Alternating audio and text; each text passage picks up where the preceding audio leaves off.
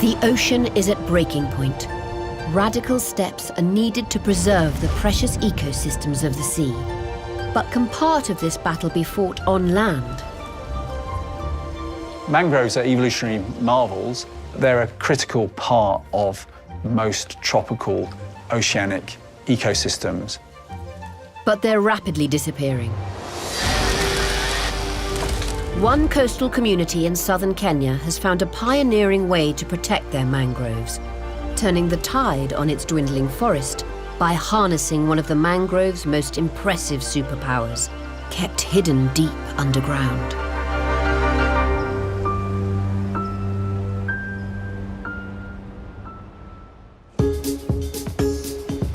It's early morning, and some of the residents of Gazi Bay are making their way deep into the heart of a mangrove forest. They're here to conduct a health check on this dense ecosystem. Let's go there. Now that is still rocky. Let's look for a spot here. Lillian is a lead scientist who works with the local community. The forest cover, what do you think, guys? I think 80 to 100%. Mangroves grow along tropical coastlines, and they're the only type of tree to thrive in saltwater. Where we are can be a bit deceiving. You might assume we are in a normal terrestrial forest, but the tides influence this place. The team has until noon to carry out its checks before the forest floor floods with water. The mangroves of Gazi Bay stretch out over 615 hectares. But today, the team is only concentrating on one small patch. They are setting out a 10 by 10 plot. They're checking the biomass of the trees and for signs of new growth. That's about 7, 8, about 9 meters. Mangroves are important for the health of the ocean. The nutrient-rich, sheltered water provides nursery habitats for numerous marine species. Another very important aspect we look at is the biodiversity.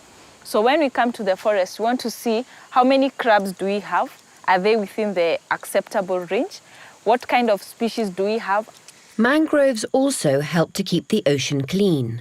Their tangled root system filters dirty water as it flows into the sea. We are looking at 1.3 meters from the ground, so about here.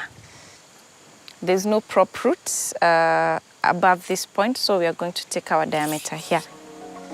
But forests like these have another superpower that can help tackle one of the ocean's and the planet's greatest threats: climate change. One of the key functions of mangroves is to act as natural carbon stores, and they are globally significant in that function. Mark Huxham is based in Edinburgh, but he spent much of his career knee-deep in mangrove forests around the world, including in Gazi Bay.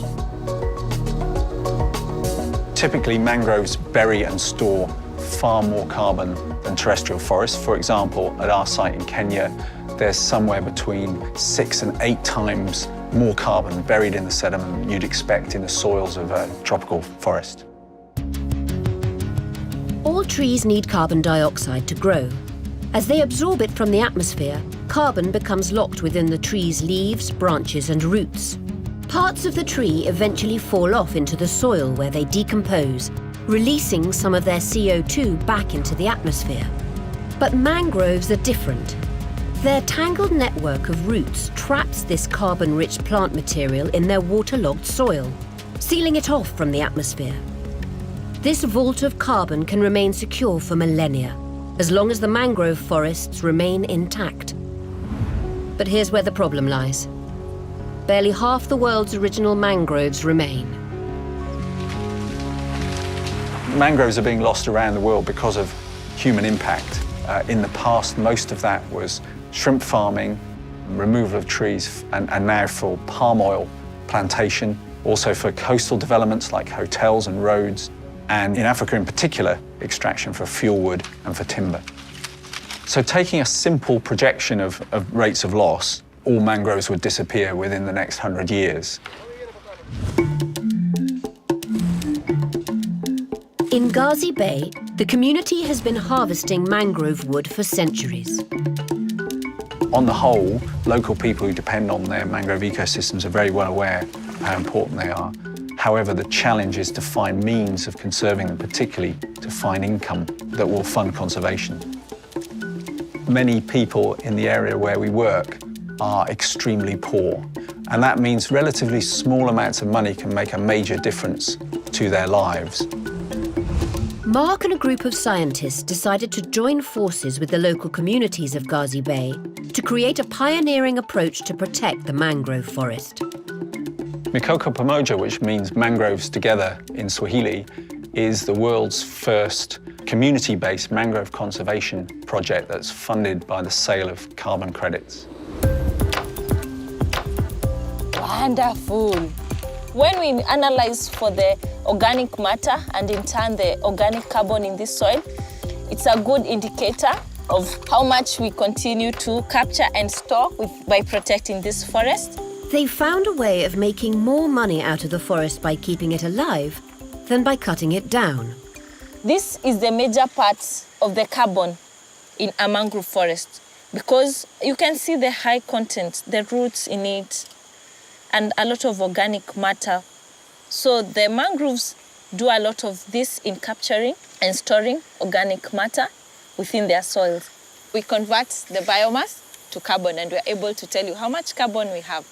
This forest stores around 1,500 tons of carbon per hectare. This again is further converted to the carbon dioxide equivalents, which are traded in the markets. They're selling this mangrove forest's ability to sequester carbon on what is known as the voluntary carbon credit market. Individuals and industries all create carbon emissions, especially in rich countries. To try to counter the damaging effect, people can calculate how many tons of carbon they emit and offset this by paying carbon capture initiatives, like planting trees, that can remove carbon from the atmosphere. It sounds simple, but it's far from perfect.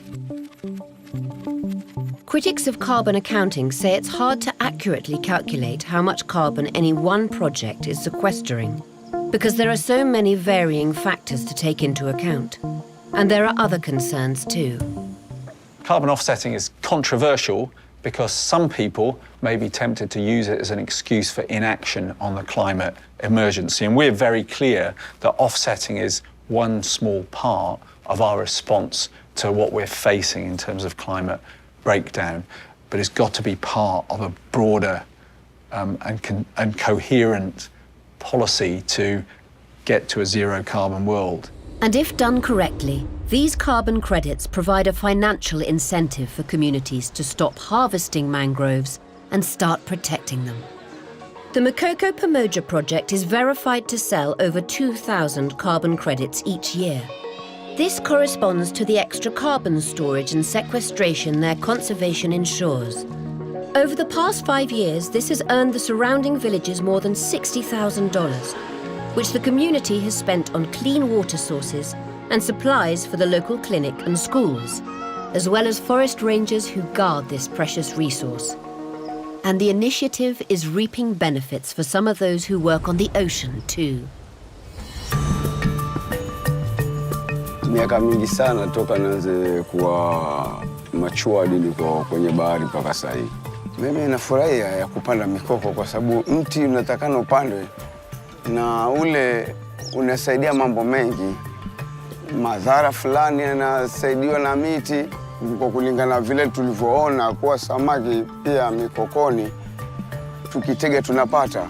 Kwa hivyo pia hiyo pia itasaidia kwa sababu kila kitu ni utaratibu. Kwa wengine sasa tumepanda lakini bado unaona ni mpaka pengine kikua miaka ya kutosha itakuwa na inatega mayai kwa sababu samaki wengi wanatoka.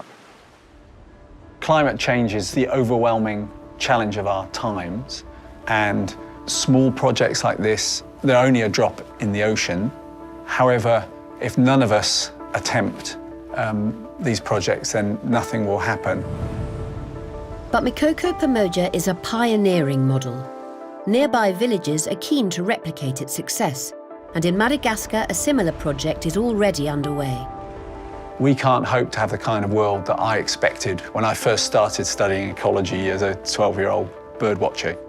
But that doesn't mean that we can't have a world full of beauty and wildness, but we have to fight hard for it. Scientists are only now starting to understand the importance of these majestic forests for the health of the ocean and the planet. Pioneers like Lillian and Mark are changing the relationship between local communities and these ancient mangroves. It's a model that could help protect ecosystems way beyond these shores. If you'd like to find out more about the greatest challenges facing the ocean and the people trying to solve them, then click on the link opposite. Or you can watch more from the Protected series by clicking on the other link. Don't forget to subscribe, and thank you for watching.